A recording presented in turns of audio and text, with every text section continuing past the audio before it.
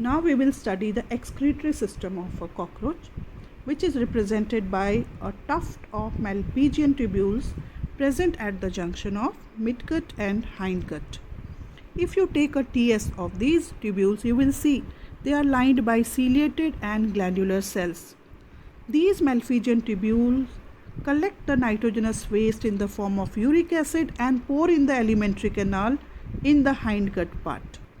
Since the nitrogenous waste is in the form of uric acid, therefore cockroaches are called as uricotelic animals. They also have fat body, nephrocytes and uricose glands which act as excretory structures. Now let's study the nervous system of cockroach, which is represented by the ganglia, a ventral nerve cord and a small brain. There are 3 ganglia in the thoracic part and 6 in the abdominal part. One ganglion is present in the head region, which is known as supraesophageal ganglion, which is considered as the brain. It controls the functioning of eyes and antennae. Therefore, even if you behead a cockroach, it can survive for 1 week because the head part has got only limited functions. The main functions of the body are controlled by the ganglia of thorax and abdomen. Now let's study the sensory organs of a cockroach, which represent a pair of antennae, a pair of eyes, maxillary and labial palps, as well as anal cerci. The eyes of cockroach are compound. Each eye is made up of such 2000 hexagonal ommatidia, which act as small eyes. Therefore, the vision is known as the mosaic vision. It is nocturnal. Now let us study the reproductive system of a cockroach. Cockroaches have separate males and females. Let us first study the male reproductive system. The male reproductive system is represented by the primary structures called gonads, which are testes present between 4th to 6th segment, which are connected to the duct known as vas deferens.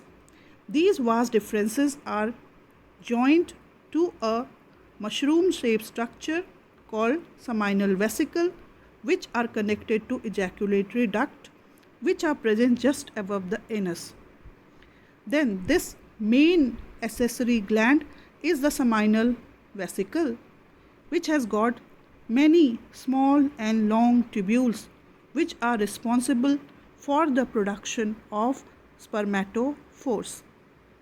Then the external genitalia are represented by various types of asymmetrical phallomeres, and the genital pore is also known as the male gonopore. Now let us switch over to the female reproductive system.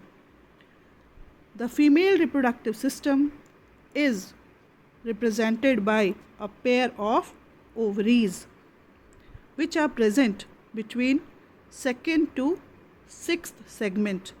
These ovaries are made up of ovarioles. Then these ovaries are connected to oviduct, which is further connected to the vagina.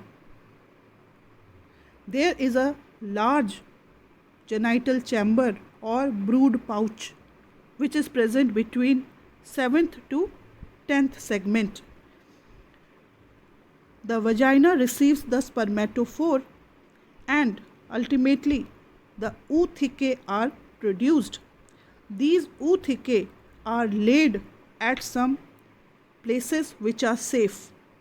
Each oothecae has got about 10 to 14 fertilized eggs. After these oothecae hatch, they release small larval stages. These larval stages are called as nymph. Since the whole life cycle is represented by different types of nymph, therefore this system is known as para metabulous development.